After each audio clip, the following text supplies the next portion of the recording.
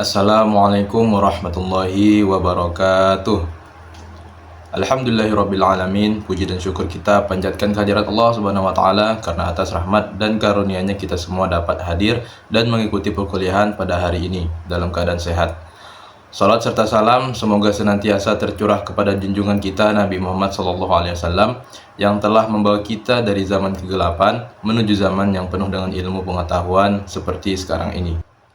Perkenalkan, kami dari kelompok 6 yang akan mempresentasikan makalah pada mata kuliah Metodologi Penelitian Pendidikan yang diampu oleh Bapak Dr. Ramanda Rudihantoro, MPD.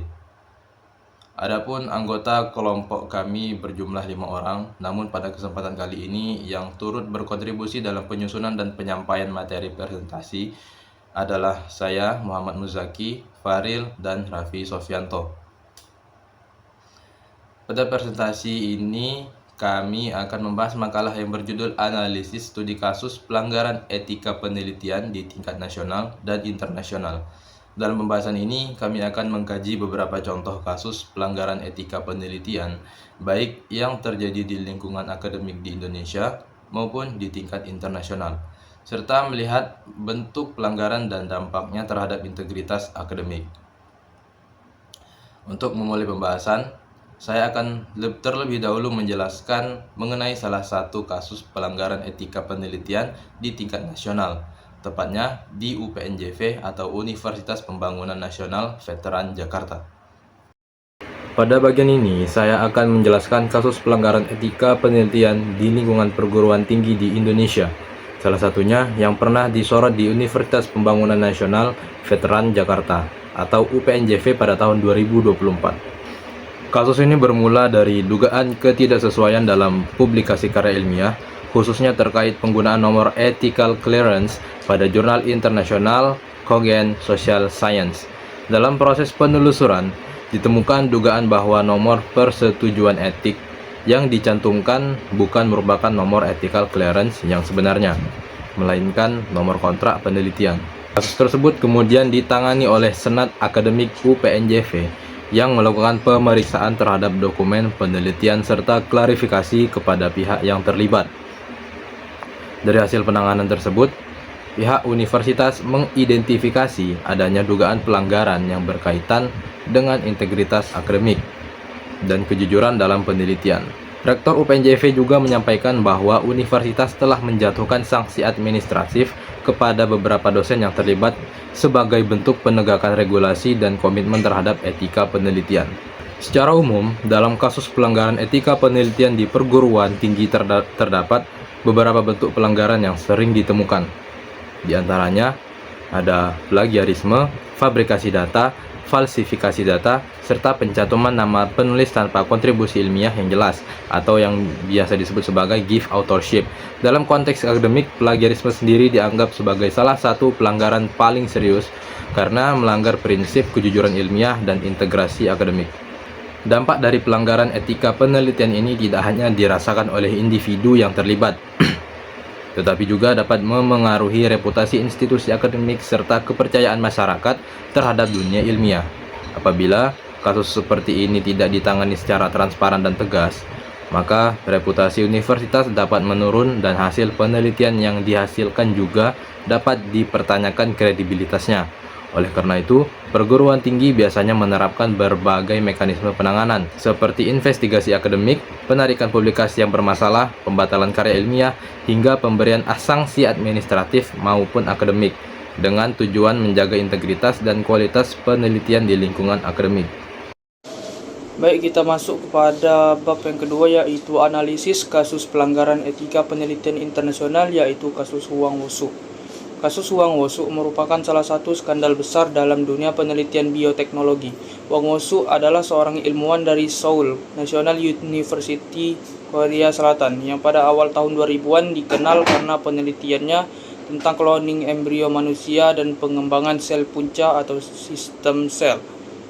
Pada tahun 2004 dan 2005, ia mempublikasikan penelitian di jurnal International Science yang mengklaim berhasil menciptakan garis sel punca embrionik manusia melalui teknik cloning terapeutik. Penelitian ini mendapat perhatian luas karena dianggap sebagai terobosan besar dalam bidang kedokteran regeneratif. Namun, keberhasilan tersebut kemudian dipertanyakan setelah muncul dugaan pelanggaran etika dan ketidaksesuaian data penelitian yang dilaporkan. Bentuk pelanggaran yang dilakukan dalam penelitian Wang Wosu terutama berupa manipulasi dan fabrikasi data penelitian. Investigasi yang dilakukan oleh Seoul National University menemukan bahwa sebagian besar data eksperimen yang dilaporkan tidak benar atau direkayasa. Selain itu, terdapat pelanggaran etika lain, seperti penggunaan sel telur manusia tanpa prosedur persetujuan yang transparan dan tekanan terhadap anggota tim penelitian untuk memberikan sampel biologis. Manipulasi data seperti ini termasuk dalam kategori fabrication dan falsification, yang membuat atau mengubah data penelitian agar terlihat sesuai dengan hipotesis yang diajukan, yang merupakan pelanggaran serius terhadap prinsip integritas ilmiah. Skandal Wang Wosu memberikan dampak besar terhadap dunia ilmiah global. Publikasi ilmiah yang sebelumnya dianggap sebagai terobosan harus ditarik kembali, dan kepercayaan terhadap penelitian di bidang sel punca sempat menurun. Kasus ini juga memicu perdebatan internasional mengenai pentingnya sistem pengawasan penelitian, transparansi data, serta proses peer review yang lebih ketat. Dari peristiwa tersebut, dunia akademik belajar bahwa integritas dan kejujuran merupakan prinsip fundamental dalam penelitian, karena manipulasi data tidak hanya merusak reputasi individu, tetapi juga dapat merusak kredibilitas lembaga penelitian dan kepercayaan masyarakat terhadap ilmu pengetahuan.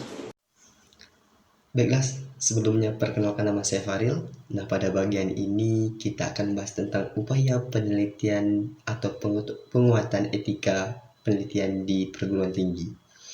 Hal ini menjadi sangat penting karena etika penelitian merupakan dasar utama dalam menjaga integritas akademik serta kualitas hasil penelitian. Nah, teman-teman semuanya, upaya yang pertama dapat dilakukan yaitu penguatan regulasi dan kode etik penelitian. Perguruan tinggi perlu memiliki aturan yang jelas mengenai kejujuran ilmiah, larangan plagiarisme, tanggung jawab penulis, serta prosedur publikasi yang etis. Nah, dengan adanya kode etik yang jelas, dosen, peneliti, mahasiswa memiliki pedoman dalam melaksanakan penelitian secara jujur dan bertanggung jawab. Nah, masuk upaya yang kedua. Upaya yang kedua yaitu membangun sistem pengawasan melalui komite etik penelitian atau ethical review. Komite ini berfungsi menilai kelayakan ataupun menilai suatu nilai etis di dalam suatu penelitian sebelum penelitian tersebut dilakukan. Hal ini sangat penting terutama untuk penelitian yang melibatkan manusia, hewan ataupun data yang bersifat sensitif.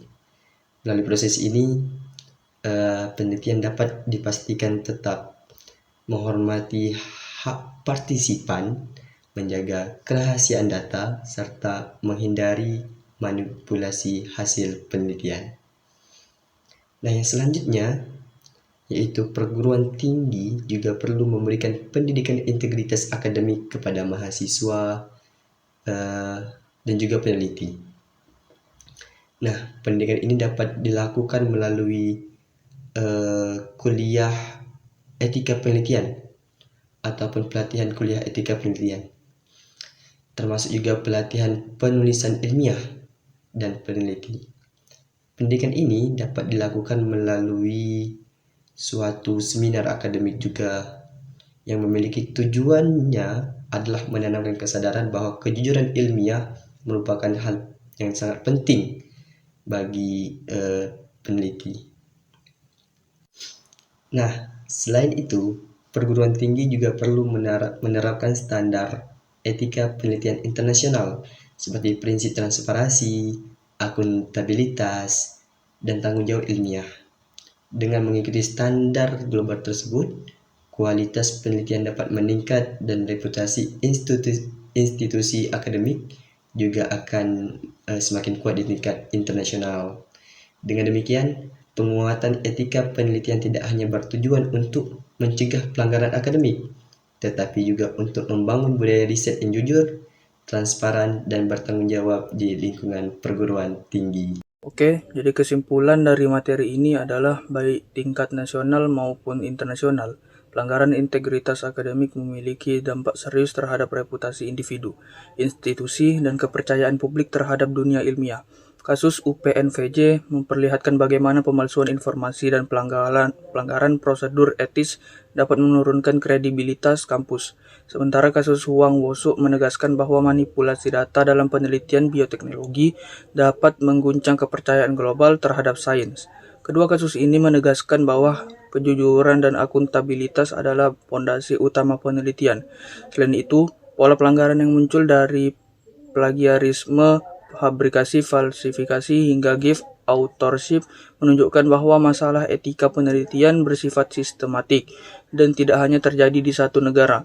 Dampak yang ditimbulkan bukan hanya sekedar pada karya ilmiah yang ditarik atau reputasi yang rusak, tetapi juga pada hilangnya kepercayaan masyarakat terhadap hasil penelitian. Hal ini menuntut adanya mekanisme pengawasan yang lebih ketat, investigasi yang transparan, serta sanksi yang tegas agar integritas akademik tetap terjaga.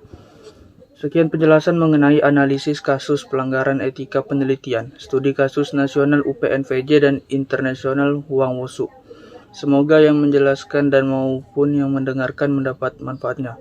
Terlebih terkurang kami mohon maaf. Wabillahi taufik wal hidayah. Assalamualaikum warahmatullahi wabarakatuh.